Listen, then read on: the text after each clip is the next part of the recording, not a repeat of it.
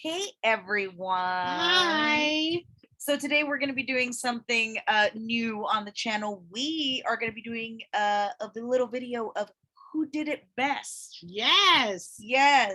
So today, this was chosen by Heather. Yes, me. Yes, Yep. and we are going to be deciding who did Nothing Compares to You best. Was it Sinead O'Connor or was it Prince? Woo woo. Woo woo. So little background, we all know that Prince wrote the song. Sinead O'Connor originally performed it, and then Prince had performed it again in a studio setting by himself. And then when he went on tour and decided to play the song, he invited the world famous Miss Rosie Gaines to join him on stage for an outstanding performance. So we are going to compare the two and see which one did it first. Yeah, which one did it the best.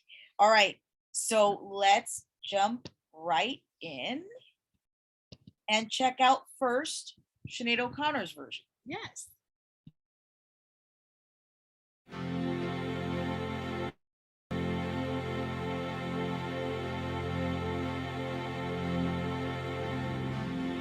It's been 7 hours and 15 days since you took your love away.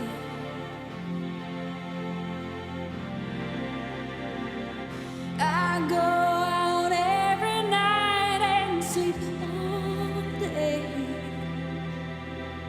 since you took your love away.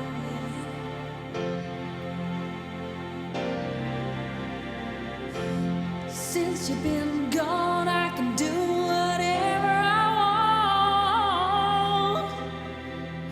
I can see whomever I choose.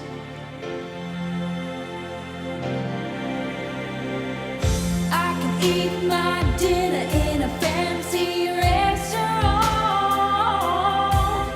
but nothing, I said nothing can take away this blues.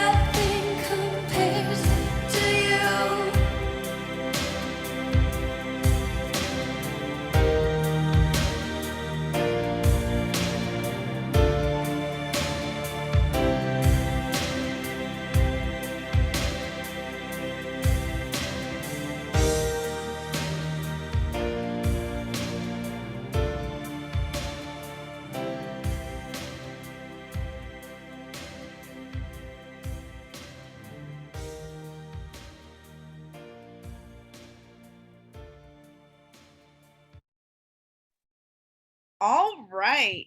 So that was Nothing Compares to You. That was the Sinead O'Connor version. I gotta say, while we were listening to it, okay. So obviously we let you guys listen to it because we don't want to interrupt and then we give you our thoughts after, right? While we were listening to it, something that I definitely felt was that's got to be some good dick because you if you She's like crying over this dude. Nothing compares to him. nothing Like, compares to that dick. like what the hell? Yeah, it's got to be some good dick. If she is that emotional about it, listen, you do not get that emotional. She went to the doctor. She went. I mean, Jesus. She says she's like a bird without a new song. Oh my God, she needs some hobbies. She needs Jesus. She needs Jesus straight up. She because needs the Lord. She needs the Okay. Lord. Hallelujah. Hallelujah. Hallelujah. She needs the Lord in her life, because if she's gonna cry and compare herself to a songbird, she got some issues going on. Yeah, she's definitely dick whipped. Definitely Yeah. dick whipped. But she can pull off that bald head. Yes, we were talking about, like, you know, there's very few people, especially women, who can pull that off. She is one of them. She looks great.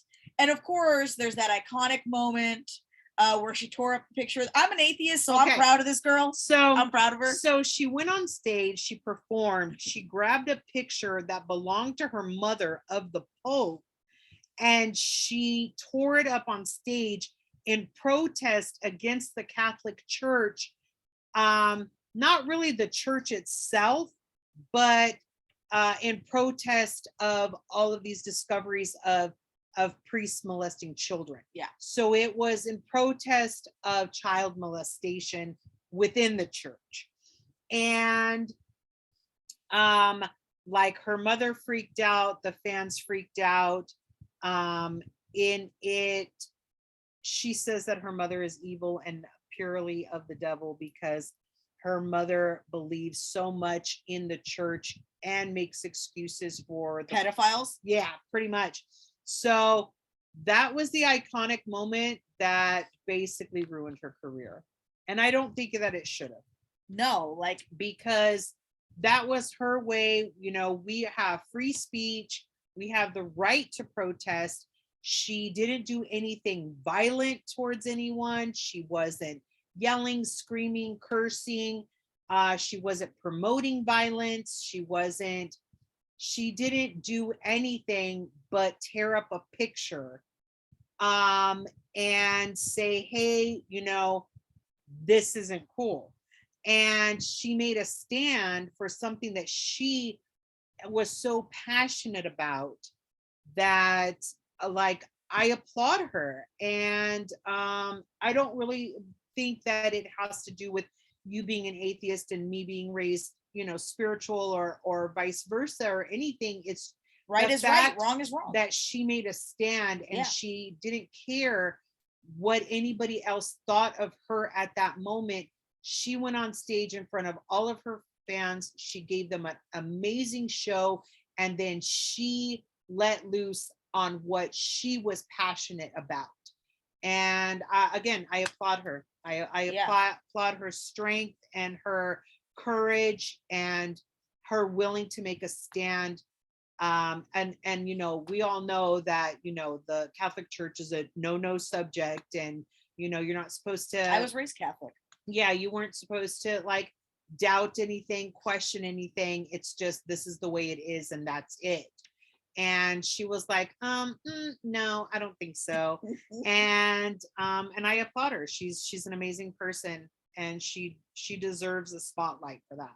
Yeah, that's why when people say that, oh, if you don't have religion, how do you have morality? That is insane. Because if the only reason you're not raping people is because of Jesus, you have serious problems and we need to get you help. So it's a human thing. Yes. It's a human thing of whether you're religious or not. It's about, as a human being, acknowledging there is right and there is wrong, and I will not pretend that the wrong isn't happening just because it's covered in a religious blanket. Like, wrong is wrong no matter who's doing it, and I'm going to stand up and voice that. And I think that's very courageous. So let me ask you a question. Yeah. Before we play Prince. Yes. So if a person molests or rapes and goes to prison for it and Mhm. does their time, I know what you're going to when ask me. they Okay. come out, so are they clear? Like, do you feel that then, okay, so they are what is it, like, rehabilitated now, and we should leave them alone and not expect anything like that again from them? No, and here's why. It is not that I don't believe that, like, I don't think like no one can ever be rehabilitated. That's not where I stand. I do think that it should be tried. Rehabilitation should be tried. And then in some cases it does work. Here's the problem. Prison is not rehabilitating anyone. Right. And that has been proven. The whole point of prison was, quote unquote, supposed to be to rehabilitate individuals, but that's not what's actually going on there. And just the smallest amount of research will show you that the recidivism rate is insane. People who go to prison do not get rehabilitated, and therefore when they go to prison they have a much higher chance of returning to prison, and that is the recidivism rate. So it is obviously a failed system that keeps people coming back instead of giving them the tools and the mentorship and the therapy or the treatment that they need in order to actually be able to be rehabilitated. So no, I don't think that they're rehabilitated when they get out of prison, because there is no rehabilitation in prison. I think that they still need actual medical professional help after that, because I don't believe in the death penalty. And that I think that help should be, and that therapy should be extensive before even considering allowing them back into normal society, because they're a danger to people. So am I wrong if I believe that if a person molests or rapes, that it's not a one-time shot, they're going to do it again, and that I don't believe that pedophiles can be rehabilitated? I don't think that's wrong. I think that is a very I think that's a very understandable way of feeling about it. And who knows, that may very well be the case. I'm not a doctor. What I can say is that it's important to look at the individual. And in some cases, you have a situation of human beings who have grown up very confused and very abused because of things that have been done to them. And sometimes that, while it's unforgivable and they are 100% responsible for their actions, I think it is important to learn where these things come from and how to prevent them, what the history behind them is. And while some people never had anything bad happen to them and they're just monsters, some people were abused themselves as children, and that can leave an impact that we don't know where it leads. We don't know where it leads. So do you believe that it's an illness, it's a sickness that drives them to do it? I don't know. I'm going to be honest, because I'm not going to pretend that I understand the inner workings of the human mind to that level. I don't know. I don't know if it's a situation where, for example, and this is in no way the same, don't jump down my throat, I'm not saying gay people are pedophiles. Here's what I'm saying. When someone's gay, they know. They're like, oh, I'm attracted to men, or I'm attracted to women. I just don't find the other sex attractive. Now, what we're talking about here is not being attracted to sex, but to children or adults. That is on a whole different level. I don't know what the thought process is behind that. I don't know how it feels. What is going on inside that brain? Is it something that they feel like, sexual attraction? And then we start thinking about things like, okay, well, if they feel the sexual attraction, like they feel like they can't help it, but they never act on it, what are our thoughts on that kind of person? It's a very complex. Because like, I mean, I've read where like some pedophiles have like an age range. So once a that's so kid nasty. hits like 9 or 10 years old, they're too old for them. Ew. You know, no, for reals. And so some pedos have a preference when it comes to an age, or little boys or little girls or whatever. Mm. And so when I'm talking about like them being rehabilitated and things like that, I'm not talking about cases where, you know, she was 16 and he was 18 and they dated and were in love, and Right, then of course not. That's her not. daddy found Yeah. out and pressed charges against him, and now he's Yeah, that's you know, ridiculous. That's two teenagers. he dating. has to register as a sex offender for the rest of his life. Right. Like that, I don't get that. I don't believe in that. I Yeah. don't like that. You know, I found my husband at 16 and he was 18, and you know, it was just that was us. And really everybody that we grew up around found mates at a very young age like that. Yeah. You know, and then you had cases like my grandmother and grandfather, they were 22 years apart. Oh, My wow. grandmother was 20 years old and my grandfather was 42. Damn. And they fell in love and they had a beautiful marriage. Yes, they had ups and downs, but they had a long marriage. They had their kids, grandkids, great grandkids. And, you know, so I'm not talking about that. I'm not talking about people being registered sex offenders because of things like that. I'm talking about someone who went out and physically violated someone. Yeah. And hurt them, violent towards them, or someone who took advantage of a child. Yeah. Those, you know, people like that, I feel that they should be locked away and never ever see daylight again. Yeah. You know, and it's just, and that's just my feeling. And it's so strong that, like, you know, there was a conversation in my home the other night and I got so passionate about it. Because there is a rapist / murderer that got released into a community not too far from me. And there was a big protest going on about them being there. And so there was a conversation that went on in my home about it. And like I had a conversation with someone and we went back and forth on it. And it's just like, I feel so strongly that those people should never see daylight. I feel very aggressive about it. I feel like, you know, a lot of times, you know, they say, oh, well, once they get into prison and they find out what they're in there for, That's not true. you know, other inmates are going to take care of them, and or other inmates are going to kill them or beat them or whatever. I'm not saying that doesn't happen sometimes, but a lot of times these guys get along just fine. Yeah, but a lot of times maybe they're in there with the same people that do the same thing and they don't feel that it's wrong. Yep. You know, so that's where I feel like, oh, hell no, you know, like I'm very judgy on that. Yeah. And I feel very strongly that I don't believe they should ever see the light of day.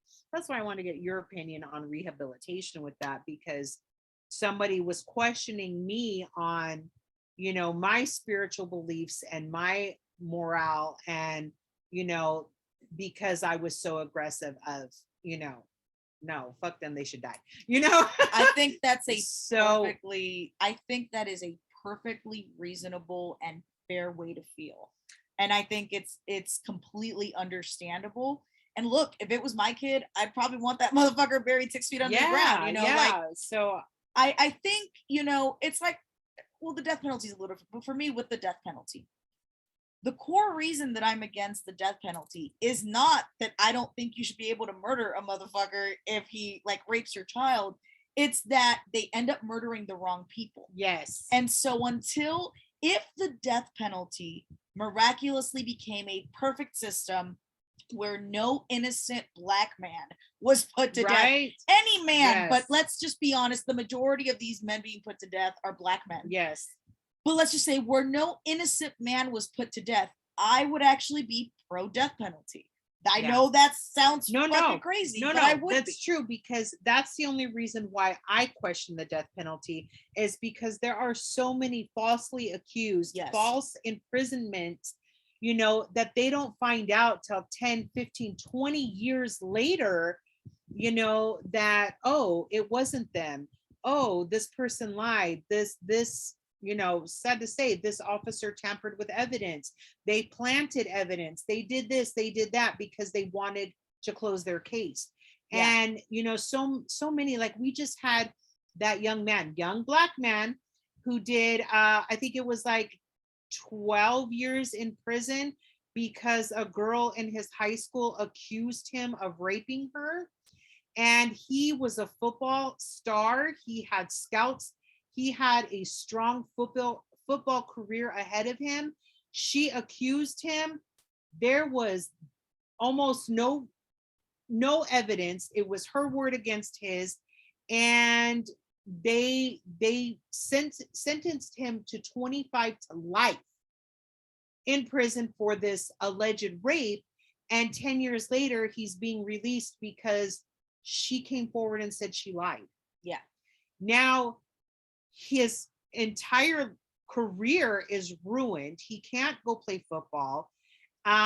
He was, labeled a rapist.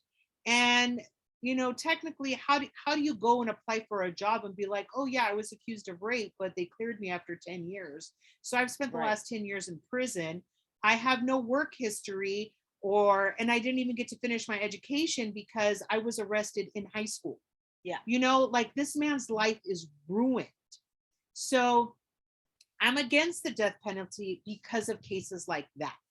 And while I have a feeling that they are not common, I do believe there are cases, just like with any other type of case of pedophilia, where the person's not actually guilty. But those I do Yeah. believe are the rare exception, Yeah. because for you to get involved in any kind of accusation of something like that, you're doing something weird.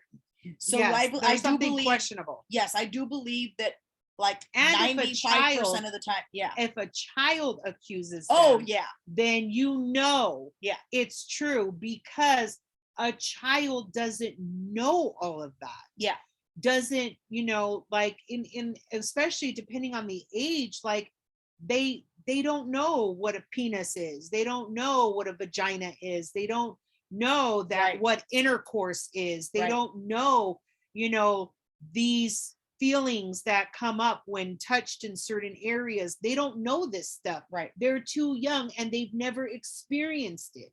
Yeah. So when a child comes forward and says, hey, this person touched me here, this person did this to me, this person had me do that to them, like, I have no doubts. yeah, To me, that's concrete. yeah. And I think at the end of the day, what I would say is no, I don't think that they've been rehabilitated after prison. I do think they need to go into psychiatric care after that. Now, I don't know how long that psychiatric care will take. It could be 30 years. You know what I mean? Yeah. But I do think it is important to do the psychiatric evaluations and learn as much as we can why. Because when we learn, we start seeing patterns. And maybe those patterns can be spotted early enough Yeah. in life to where we go, oh, red flag, we should do Well, we something. already have red flags for kids that we think are going to grow up and be serial killers and Right. stuff. They're killing animals and shit. abusing animals, Yeah. killing animals, violent behavior, outbursts, secluding themselves. Like, there's a whole list of red flags. So it's like, how can there not be a red flag pattern with pedophilia? And that's why I think it's important to research it. That's why I think it's important for psychiatrists to engage these individuals and give them therapy and try to understand where this comes from. Now, will they ever be rehabilitated? I don't know. That's a very difficult question. I don't know. But I do think that we should do the research so that we can protect future children. Yes. And then I feel like if they do declare somebody rehabilitated, I still won't trust them. I can totally understand I that. won't trust them. I and probably wouldn't either. I'm always gonna remember what the fuck they did. But the you know? question is not, would you be able to trust them? The question is, Are they rehabilitated? is there any point at which you feel that they should be able to go and try to live a life? Any point. And we don't know, because we No. don't know if someone can ever truly be rehabilitated. No. You don't. That's totally fair. That's totally fair. I'm like, no. Realistically, if this was a real situation, I would probably agree with you and feel the same Yeah. way. I'm just thinking generally speaking, right? Yeah. I mean, we're trying to be politically correct as well. No, we're not. Yeah, fuck that. Fuck that. No, just, But it's just the truth. These are things that we think about, and it's crazy, and it's been on my mind, and like I feel like Yeah. I'm not wrong nope. You're because sure this aren't. is how I feel. Nope. And if I feel so strongly and so passionately about it, then to me it is not wrong. You know Also, what I mean? it's 100% understandable. Like there's nothing wrong with the way you're feeling. It is actually the purest way to feel. Yeah. To be fair, I'm trying to bring some, some gray area and look at the individual. But realistically speaking, the way you're feeling is 100% acceptable and to be expected. To be fair.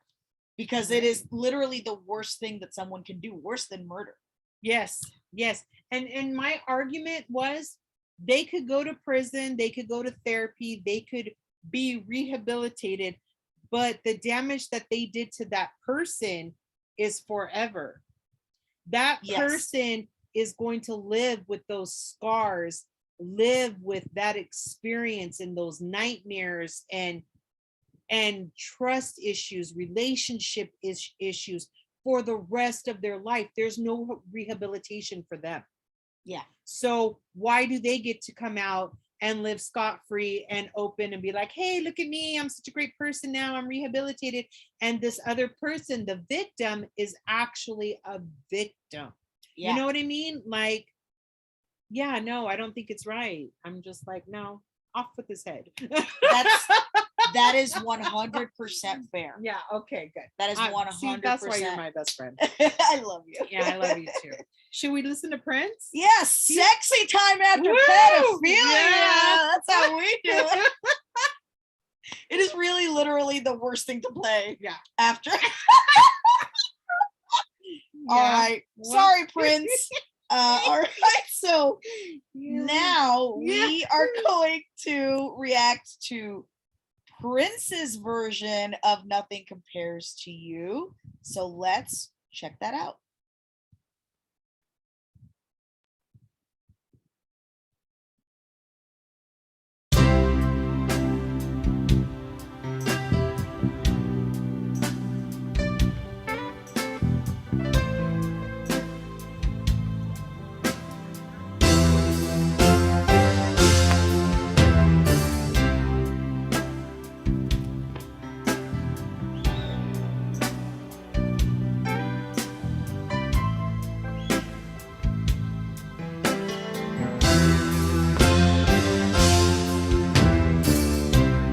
It's been 7 hours and 13 days since you took your love away.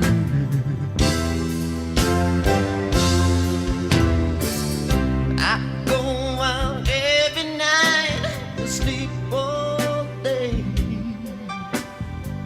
since you took your love away.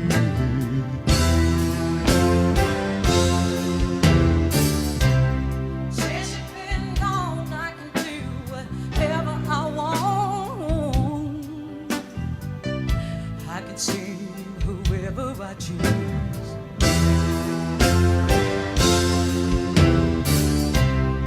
Eat my dinner in a fancy restaurant. Oh yeah, but nothing can take away this blues. Oh.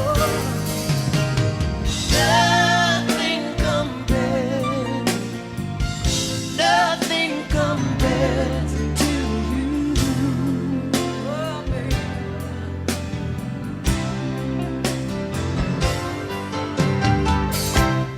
It's been so lonely without you here. I'm like a bird without a song.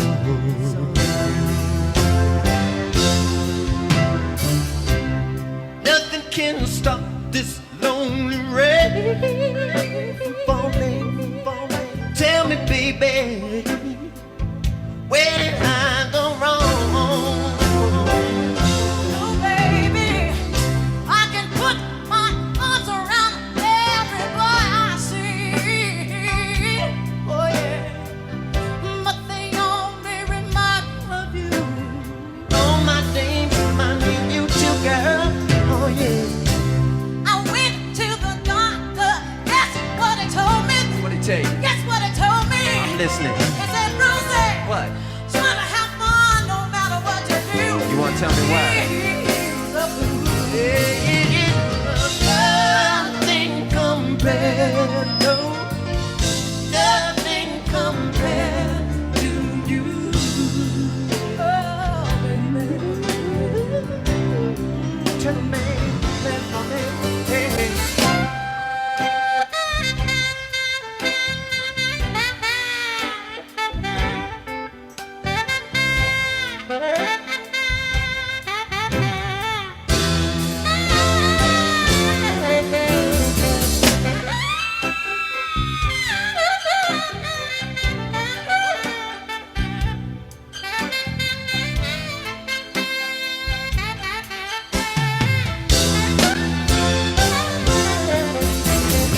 All the flowers that you planted, sugar, in the backyard, all died when you went away. Well, baby, I know that living with me, baby, is sometimes hard, but I'm willing to get it one more time. Do you know why? Do you know why?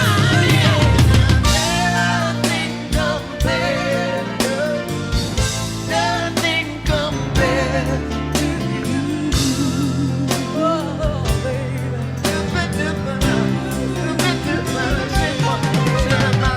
Nothing compared, nothing compared.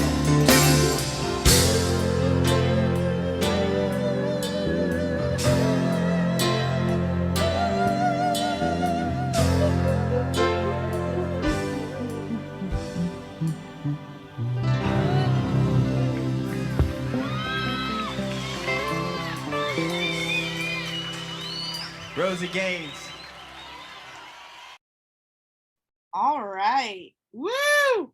So that was Prince's version of Nothing Compares. Okay, so this was actually my first time watching or listening to the Prince one.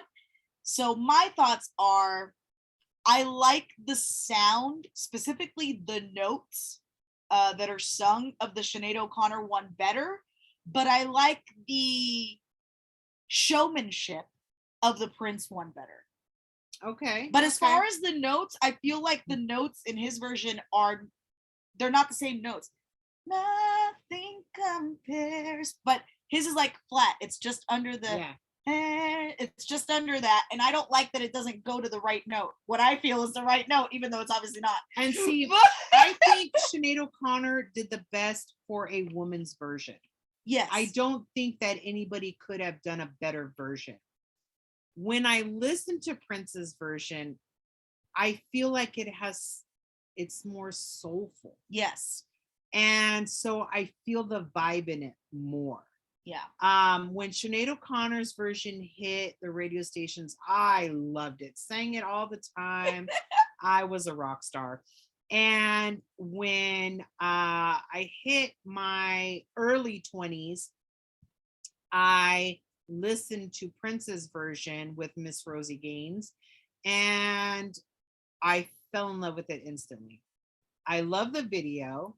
It's got flavor, it's got style, it's sexy, it puts you in a good vibe.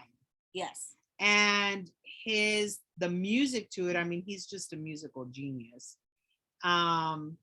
I don't know. Like I think that she did the best that any female could ever do on that song, but I think I'm drawn more to his version of it. So Heather goes Prince, I go Prince. and Elise goes Sinead. Where do you go? Where do you Where go? do you go? Let us know in the comments. Woo, woo. Yeah, Heather had this idea to do Who Did It Better, and I think it's fantastic. So we're probably going to do more of these. Yes. One that I definitely know I want to do is Sympathy for the Devil, the Rolling Stones original and the Guns N' Roses cover. And spoiler, the Guns N' Roses Guns N' cover Roses. is definitely better. Yes, it's way better. I already voted. Yeah, I mean, we're just here for the GNR, baby. You know, I registered to vote early, so I get to send in my ballot. Early ahead of access time. voting. That's right. You know, Guns N' Roses, one of my favorite bands. They're the band that I have seen live the most times. I have seen them live 4 times in concert, Wow. both before the reunion and after the reunion. Nice. I went when I was 16 years old to the Rose Bowl in Hollywood, and I saw, well, we had bought tickets. It was supposed to be Faith No More, Metallica, and Guns N' Roses. Nice.